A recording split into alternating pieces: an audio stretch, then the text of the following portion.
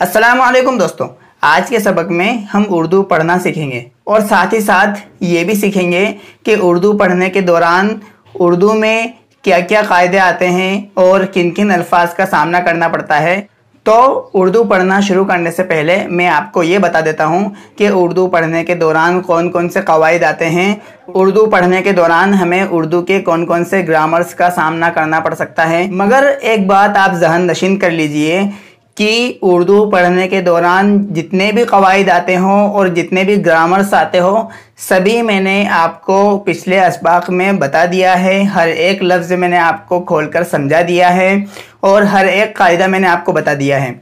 अभी तक उर्दू का कोई सा भी ऐसा कायदा नहीं है जो कि मैंने छोड़ दिया हो और उसको नज़रअंदाज कर दिया हो और उर्दू पढ़ने के दौरान आपको किसी दुश्वारी का सामना करना पड़ रहा हो। ऐसा बिल्कुल नहीं है। आप पिछले असबाक को देखिए, आप उस पर नज़र सानी कीजिए, दूसरी नज़र डालिए। पहले सबक से लेकर 20-21वें सबक तक आपको हर चीज़ मिल जाएगी जो भी उर्दू में ज़रूरी होता है। कौन कौन से कायदे उर्दू पढ़ने के दौरान आएंगे।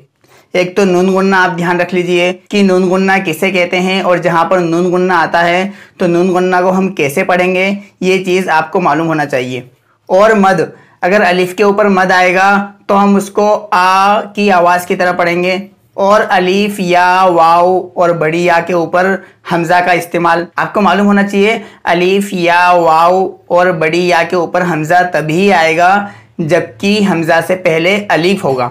मिसाल के तौर पर खाऊंगा, खाऊंगा में वाव से पहले अलिफ है। आएंगे, इसमें बड़ी या से पहले अलिफ है। इसके अलावा हैदो चश्मे की पहचान कि हैदो चश्मी जिस लफ्ज़ के साथ भी मिलकर आती है तो वो लफ्ज़ और हैदो चश्मी दोनों को हम मिलाकर पढ़ेंगे, दोनों को मिलाकर एक ही हर्फ बनता है। और तशदीद का आपको मालूम होना चाहिए कि किसी हर्फ पर तशदीद नहीं रहेगी, मगर उर्दू की बोलचाल के हिसाब से और उर्दू के अल्फाज के हिसाब से उस पर हम तशदीद पढ़ेंगे। मिसाल के तौर पर कहीं लिखा हुआ है अलिफ बा अलिफ अबा, तो हम उसको अबा नहीं पढ़ेंगे, इसको हम पढ़ेंगे अब्बा। अलिफ मीम या अमी, तो हम उसको अमी नहीं पढ़ेंगे बल्कि हम उसको पढ़ेंगे अम्मी, क्योंकि उर्दू में अम्मी नाम का लफ्ज़ होता है। तो दोस्तों सबसे पहले तो मैं बोर्ड पर लिखूंगा, बोर्ड पर लिखने के बाद वो मैं आपको पढ़वाऊंगा कि किस लफ्ज़ को हम कैसे पढ़ेंगे। और जो मैं बोर्ड पर लिखने वाला हूँ वो मैं आपको सुनाना चाहता हूँ। आप उसको जोक समझ लीजिए या एक चुटकुला। इससे आपको दो चीज़ हासिल होगी, एक तो उर्दू पढ़ना भी आएगा, उर्दू के कवायद आपको समझ में आएंगे, और दूसरा आपका इंटरटेनमेंट भी होगा। तो जो मैं बोर्ड पर लिखने वाला हूँ वो मैं एक बार आपको सुनाना चाहता हूँ। तो सुनिए। एक पागल हर वक्त कहता था गुलेल बनाऊंगा चिड़िया मारूंगा, गुलेल बनाऊंगा चिड़िया मारूंगा। एक दिन उसको डॉक्टर के पास लेकर गए। डॉक्टर, इलाज के बाद बताओ अब क्या करोगे। पागल, शादी करूंगा, कारोबार करूंगा। डॉक्टर, शाबाश। फिर पागल, फिर बच्चे होंगे और उनका बड़े स्कूल में दाखिला कराऊंगा। डॉक्टर, फिर पागल ने कहा मैं उनकी सालगिरह मनाऊंगा, लोग गिफ्ट में शर्ट्स और नेकर देंगे। डॉक्टर, वाह जी वाह। फिर पागल, बच्चों की नेकर से इलास्टिक निकालूंगा, गुलेल बनाऊंगा और चिड़िया मारूंगा। तो ये तो हो गई जोक्स वाली बात। चलिए यही चीज़ मैं आपको बोर्ड पर लिखकर बताता हूँ और हर एक हर्फ में आपको पढ़ना सिखाता हूँ। चलिए शुरू करते हैं बोर्ड पर। एक पागल हर वक्त कहता था गुलेल बनाऊंगा चिड़िया मारूंगा।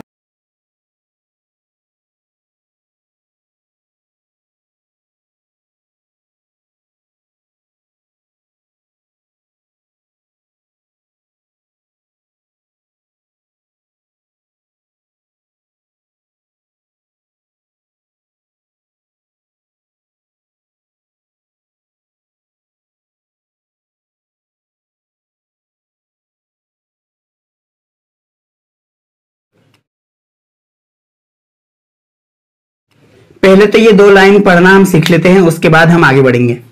अलीफ या काफ एक, यहाँ पर ये जो दो नुक्ते वाली या है ये बड़ी या है, इसीलिए हम इसको एक ही आवाज के साथ पढ़ रहे हैं। अगर ये छोटी या होती तो हम इसको ई की आवाज के साथ पढ़ते, ईक ऐसे पढ़ते, मगर यहाँ पर हम इसको एक पढ़ रहे हैं, यानी ये बड़ी या है। बड़ी या जब भी बीच में आती है तो दो नुक्ते वाली या बन जाती है। पा अलिफ पा गाफ लाम गल, पागल। इसको कभी भी हम पागिल या पागुल इस तरीके से नहीं पढ़ सकते हैं, क्योंकि उर्दू में पागिल या पागुल नाम का कोई लफ्ज नहीं आता है। मैं लफ्जों को तोड़ मरोड़ कर आपके सामने इसलिए पेश करता हूँ कि कहीं आपको ये कंफ्यूजन न रहे कि उर्दू में ज़बर ज़ेर पेश नहीं होते हैं तो हम उर्दू कैसे पढ़ें। अगर ज़बर ज़ेर पेश नहीं होते हैं, इसके बावजूद भी हम पहचान कर लेंगे कि किस लफ्ज पर ज़बर है, किस लफ्ज के नीचे ज़ेर है और किस पर पेश है। क्योंकि लफ्ज पागल इसमें गाफ के ऊपर ज़बर है। हमें पता है कि उर्दू में पागिल या पागुल नाम का कोई लफ्ज नहीं होता है, पागल नाम का लफ्ज उर्दू में पाया जाता है, तो हम गाफ के ऊपर ज़बर पढ़ेंगे। उसके बाद हर, हा रा हर, हा के नीचे उल्टा पेश की अलामत है। ये मैंने आपको पहले भी बताया था कि जब भी हम हा शुरू में लिखेंगे तो नीचे उल्टा पेश वाला हा लिखेंगे। उसके बाद रा हम इस तरीके से लिखने में फिसलता हुआ रा लिखेंगे। रा कभी भी ऐसा रा नहीं लिख सकते हैं जैसा हमने चिड़िया में रा लिखा है, हर में रा ऐसा आएगा। उसके बाद वक्त, वाव काफ ता वक्त, यहाँ पर वक्त में मैंने कौफ लगाया है, तो ये स्पेलिंग आप हमेशा याद रखना कि वक्त में 2 नुक्ते वाला काफ है। कहता, काफ हा ता अलिफ, कहता। तो कह में जो है तो इस है को लिखने में हम उल्टा पेश वाला है लिखेंगे। इसको कभी भी है दो चश्मे वाला है नहीं लिख सकते हैं। इसको हम अगर है दो चश्मे वाला है लिखेंगे तो ये पढ़ने में ऐसा आएगा खता, कहता नहीं आता बल्कि वो आता खता। तो हमें लिखना है कहता, इसलिए हम है दो चश्मे वाला है नहीं लगाएंगे बल्कि उल्टा पेश वाला है लगाएंगे। उसके बाद था, त में हमने है दो चश्मे मिलाई, थ के बाद अलिफ था। अगर यहाँ पर उल्टा पेश वाला ह रहता तो हम इसको ऐसे पढ़ते तहा, मगर त के साथ है दो चश्मे वाला है लगा हुआ है तो हम इसको त से मिलाकर पढ़ेंगे था। एक पागल हर वक्त कहता था। जिस तरीके से मैंने आपको उर्दू की ये लाइन समझाई, इस तरीके से आप अगर उर्दू की अगर 50 लाइन भी अगर समझ लेते हैं तो आपको बहुत अच्छी तरीके से उर्दू पढ़ना आ जाएगी। उसके बाद लफ्ज गुलेल, गैन लाम या लाम, गुलेल। गुलेल में जो ये है ये बढ़िया है क्योंकि हम इसको एक ही आवाज के साथ पढ़ रहे हैं। गुलेल एक ही आवाज के साथ पढ़ रहे हैं तो ये बढ़िया है। और गुलेल में शुरू में गैन आता है तो आप ये हमेशा याद रखना कि गुलेल में हमेशा शुरू में गैन आता है, न कि गाफ आता है। गुलेल बनाऊंगा, बा नून अलिफ बना, वाव के ऊपर हमजा है, बनाऊ। बनाऊ में ये जो नून है ये नून गुन्ना है। इस नून गुन्ना को हम 2 तरीके से लिख सकते हैं। अगर इसको हम गाफ से अलग लिखेंगे तो नून गुन्ना में नुक्ता नहीं आएगा। इसको हम ऐसे लिखेंगे,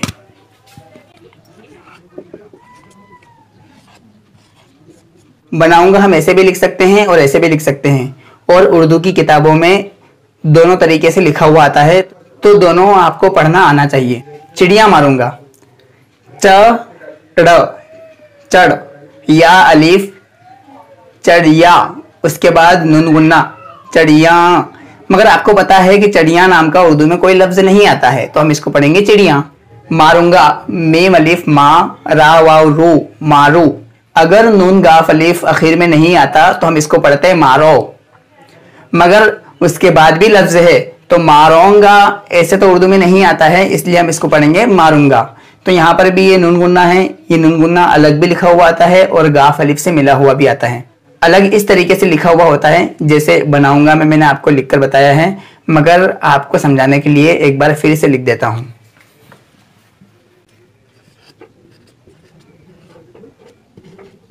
मारूंगा ऐसा लिखा हुआ भी आता है। तो दोस्तों मैंने आपको ये 2 लाइन पढ़कर समझाई तो मुझे यकीन है कि अब आप इन 2 लाइन को स्पीड में पढ़ सकते हैं बगैर किसी रुकावट के, क्योंकि इसमें जितने भी अल्फाज है, जितने भी कवायद है, जितने भी उर्दू के ग्रामर्स है, हर एक ग्रामर आप जानते हैं और हर एक लफ्ज को आप पढ़ना जानते हैं। तो आप इन 2 लाइन को स्पीड में पढ़ सकते हैं। एक पागल हर वक्त कहता था गुलेल बनाऊंगा चिड़िया मारूंगा। आप बड़ी ही आसानी से इन 2 लाइनों को पढ़ सकते हैं। मुझे लग रहा है कि अपना सबक बहुत तवील हो रहा है और हमें किताबत का सबक भी मुकम्मल करना है। तो दोस्तों अब हम किताबत का सबक शुरू करते हैं और इन 2 लाइन के बाद आगे जो हमारी कहानी बाकी है इंशाल्लाह वो हम कल पूरी करते हैं। तो चलिए हम किताबत शुरू करते हैं। तो दोस्तों किताबत वाला सबक हमने सीन आइन तक मुकम्मल कर लिया था। तो चलिए अब हम सीन आइन से आगे बढ़ते हैं। सीन फा, हम पहले शोशा बनाएंगे, उसके बाद नीचे शोशा बनाएंगे, फिर हम फा गोल बनाएंगे। सीन फा हम इस तरीके से लिखेंगे।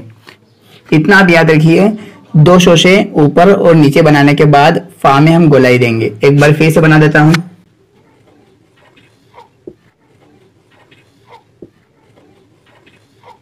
उसके बाद सीन काफ हम इस तरीके से लिखेंगे, एक शोशा सबसे ऊपर, उसके बाद उसके नीचे वाला शोशा उससे नीचे, उसके बाद हम कॉफ में गोलाई देंगे। इस तरीके से हम सीन कॉफ लिखेंगे। एक बार मैं आपके सामने लिखकर बता देता हूं।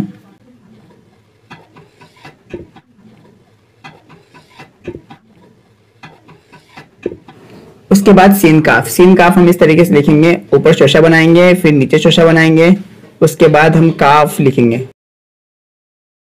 इस तरीके से हम सीन काफ लिखेंगे। एक बार मैं आपको लिखकर बता देता हूं।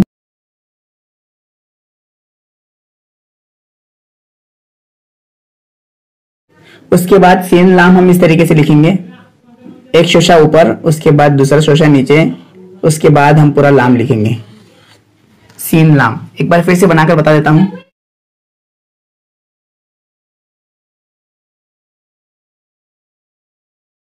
उसके बाद सीन मीम मैं आपके सामने लिखकर बता देता हूं। सीन मीम हम इस तरीके से लिखेंगे, एक शोशा ऊपर, दूसरा शोशा नीचे, उसके बाद हम सीन का तीसरा शोशा नहीं बनाएंगे, बल्कि हम नीचे की तरफ घुमाकर मीम को नीचे की तरफ लेकर आ जाएंगे।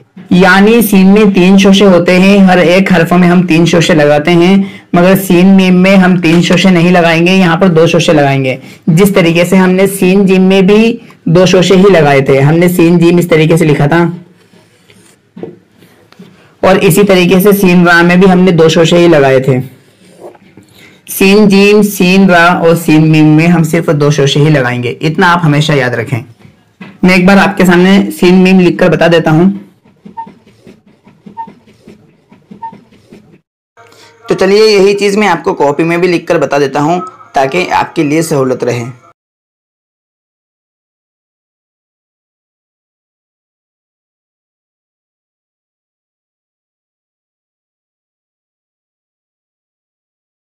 तो दोस्तों आज के लिए सिर्फ इतना ही, और इंशाल्लाह बाकी की कहानी हम कल मुकम्मल करते हैं।